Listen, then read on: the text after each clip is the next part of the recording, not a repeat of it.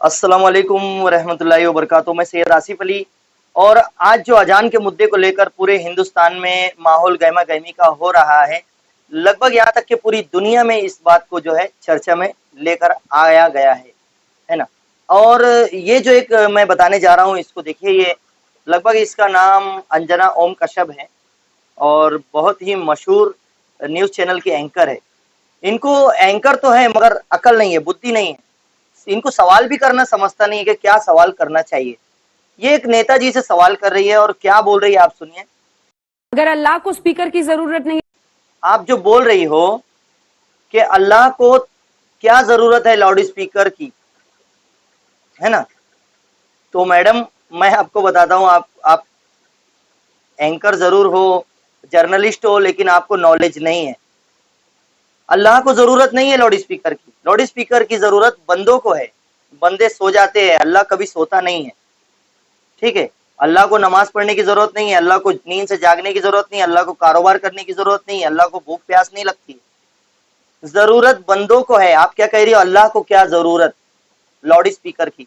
जरूरत बंदों को है, अल्लाह को नहीं है। सबसे पहले आप ये समझिए, इसके बाद बात करिए। जब आपको कोई मुद्दा और मैटर समझता ही नहीं है तो बात क्या, हम क्या आपसे बात करें और आप क्या बात करोगे? जब आपको खुद ही नहीं समझता, दूसरों को क्या समझा सकते हो आप? अजान अल्लाह की इबादत के लिए, नींद से जगाने के लिए, सुबह ताकि रोजी रोजगार भी इंसान करे, सुबह जल्दी उठे, सुबह की हवा अच्छी होती है व्यायाम करने के लिए, जॉगिंग करने के लिए, दौड़ने के लिए। और जल्दी सुबह उठेंगे तो बहुत सारे सेहत को फायदे होते हैं। और इसी तरह सुबह के अल्लाह की इबादत मस्जिदों में जाकर नमाज भी 2 रकात अदा कर दी जाती है।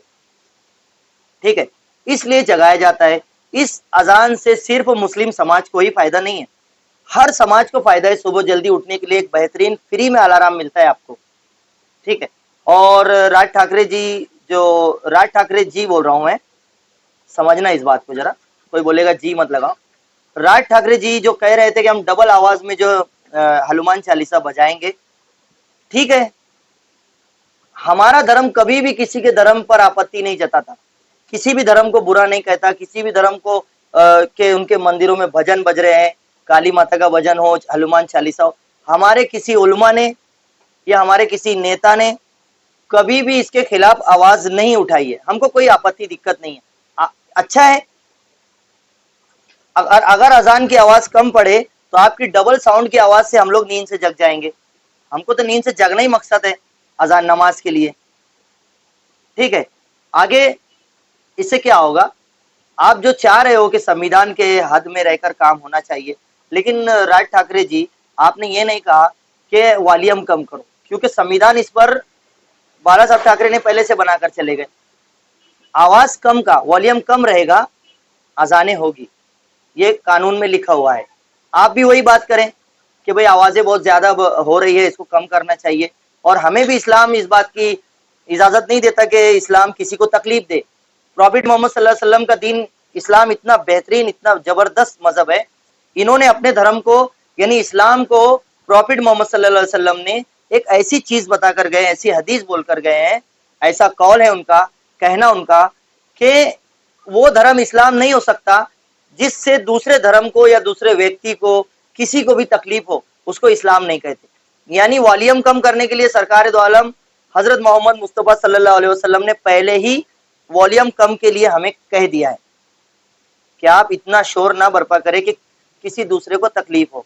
तो आप वो कह सकते हो कि वॉल्यूम कम करो, ये ना कहे कि आप भोंगे उतारो। तो भोंगे अगर इधर के उतारोगे तो ट्रेनों के, ट्रकों के, बाइक के, मंदिरों के और न जाने कितनी जगह पर साउंड्स होते हैं, वो सारे भोंगे उतारने पड़ेंगे, क्योंकि कानून सबके लिए एक जैसा है, देश सबका है। ठीक है, हाँ, मेरा मकसद कुछ और था, अंजना ओम कश्यप जी का। उस मुद्दे पर आते हम कहीं और चले गए थे। ये कह रही कि अल्लाह को क्या जरूरत? जरूरत बंदों को है, बंदों को नींद से जगने के लिए, इबादत के लिए, इसलिए। ठीक है, अब इस महाशय की तरफ आते हैं, इनका वीडियो देखें। अब आप जैसे हनुमान चालीसा में कहते हैं जय हनुमान ज्ञान गुण सागर, हनुमान जी की स्तुति करते हैं। अब हमारे मन की बात है, अजान में क्या कहते हैं? अजान में क्या कहते हैं? अशहदु इलाहुल्लल्लाह, अल्लाह के अलावा कोई इबादत के लायक नहीं है। अशदम मोहम्मद और रसूलुल्लाह का अर्थ यह हुआ कि रसूल के अलावा, मोहम्मद साहब के अलावा कोई पैगंबर नहीं है। तो जैनों के 24 तीर्थंकरों का अपमान, सिखों के 10 गुरुओं का अपमान, हिंदुओं के 10 अवतारों का अपमान आपके मन में है, घर में सुनिए। ये कह रहे हैं कि अजान में जो ऐसे शब्द है जिससे हमको दिक्कत है। क्या दिक्कत है? अल्लाह सबसे बड़ा है, उसमें यह बोला जा रहा है। ठीक है, तो आप अपने धर्म के किसी भी गुरु को सबसे बड़ा बताइए ना, हम कोई आपत्ति नहीं। हर एक धर्म का जो वो होता है दृष्टि, यानी दुनिया का बनाने वाला जो होता है, उसको हर धर्म के लोग अपने अपने धर्म के हिसाब से बड़ा कहते हैं। हम हमारे धर्म के हिसाब से अल्लाह ताला, अल्लाह रब्बुल इज्जत को बड़ा कहते हैं कि दुनिया में सबसे बड़ा वो है। अगर आपको नहीं पसंद है तो लकुम दीनकुम वलिय दीन, कुरान की आयत कहती है कि आपका धर्म आपको मुबारक। आप अपने धर्म का जो भी बड़ा है उसको बड़ा बोलिए। हम थोड़ी कह रहे हैं कि आप पे जबरदस्ती थोड़ी है कि आप भी इसको मानिए और आइए। जबरदस्ती तो इस्लाम में है ही नहीं कि किसी को जबरदस्ती इस्लाम कबूल कराया जाए।